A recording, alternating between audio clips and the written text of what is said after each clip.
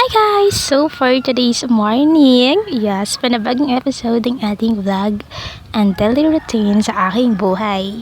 Tara at samahan ako papunta po sa aming bundok na Sinasaka. Kung nakikita nyo nga, yan yung kamuting kahoy na na-vlog ko na dati dito din sa page ko. Wala lang talaga ako magawa sa buhay. Sa totoo lang, kaya naman umakita ko biglaan sa bukid at naghanap nga ng maiko-content for today's video. Charot! Dito nga sa amin, kapag nabalitaan nila na nagbablog-vlog ka, pinagtatawanan ka na nila.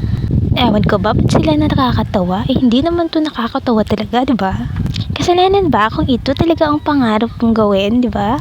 Iiwan na nga natin yung issue na yan at dito tayo pupunta. So, kinuha ko yung sito dahil nakita ko may bunga nga siya. So, kinuha ko na lang baka kasi masira pa. At naunti-unti nga siya nasisira na kasi kinakain siya ng guyam. Parang relasyon ko nga lang unti-unti niyang sinira. Ay nako, speaking of sinisira, charis, hayaan na natin yung mga taong ayaw sa atin. Kung hindi naman na tayo ang gusto nila, ay aba, ibigay natin sa kanila yung choice na maging masaya sa iba. Diba? Ang importante nga doon ay hindi ikaw ang sumira ng relasyon nyo. O siya, dito nga tayo sa Aratiles at tumingin nga ako kung may bunga. Wala naman pala.